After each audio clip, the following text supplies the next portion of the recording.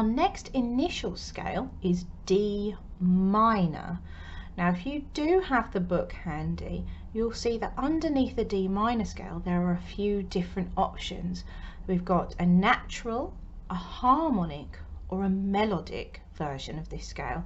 Now the one that we're going to be doing on this occasion is the harmonic. I wouldn't worry necessarily too much about what the different versions mean at this point, but for us it kind of means that we're going to be doing the same notes on the way up as the way down. That's it in a kind of nutshell. Now the minors always sound to me a little bit Egyptian. Hopefully you'll hear that as we go through. So this D minor scale has actually got two of the black notes in it.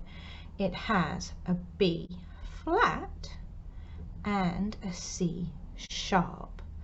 Now a flat, hopefully you'll know what this is by this point already, but if not, a flat is the note just below, I would say at the moment, one of your white notes. So for the purposes of this video, we want to look for B and find the black note just underneath, the smallest step, which we call a semitone, underneath that B that you can find. Now a sharp is the opposite. If we go to C, C sharp is the note just above. So think of the two words and what they really mean. Flat means something that's gone a bit squashed and a bit lower, a bit like a pancake, and a sharp is something that's sticking upwards, so it's going up. A flat goes lower and a sharp goes higher, so up. Now the two notes in question here, B flat and C sharp, they lead us to call this nickname, really, this scale, the bridge scale. Now for that, I'm going to use a little prop. This is a very dodgy rubber, so I'm going to pop that over there. And we're going to imagine that this is a bridge for sort of ants or something really, really tiny who can go across. And we're going to keep that there for just a second. Now we're going to start this with the right hand the way we did with C major, and it's the same fingers we did before, which is why the fingers are so important. So we want to think about that thumb and that middle finger being best friends, but also being a bit cheeky to each other as well. We need to start this on the note next to middle C, which is middle D, and we're starting with our thumb again. So if you remember, we walk up to that third finger, and then thumb runs underneath. Now this time we're not going to play B and C, we're going to step onto our bridge, over the top and off. And we made it out alive, we didn't fall into the water. So let's try that again. 3, thumb, here we go, onto the bridge, over and off. Well done. Now if you don't have a prop or anything that you can put here, that doesn't matter. Your imagination is just as important in this. Remember, this won't always be here, so we can always take that away, which we will do in just a second anyway.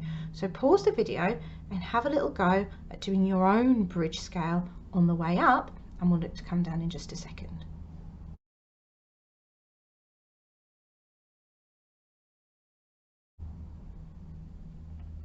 So to come down, we're going to get to where our little finger finished at the top.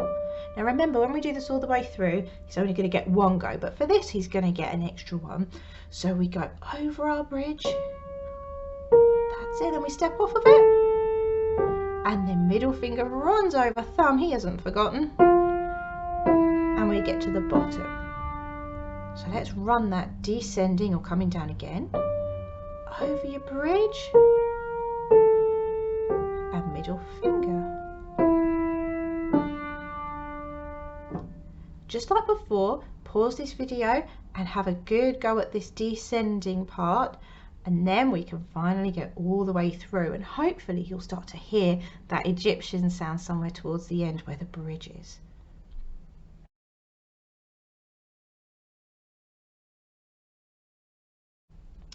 Here we go then, all the way through this one.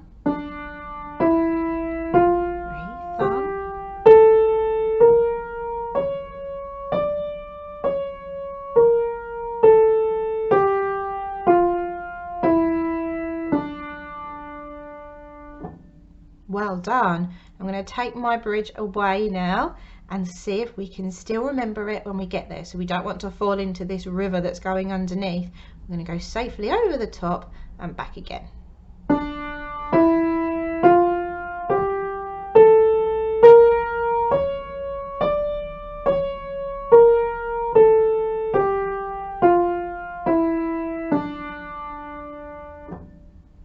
Well done, very good. So the next video will be about left hand. Give right hand a good go as always. Try and get used to that bridge and used to those fingers, and then we'll do left hand next. Well done.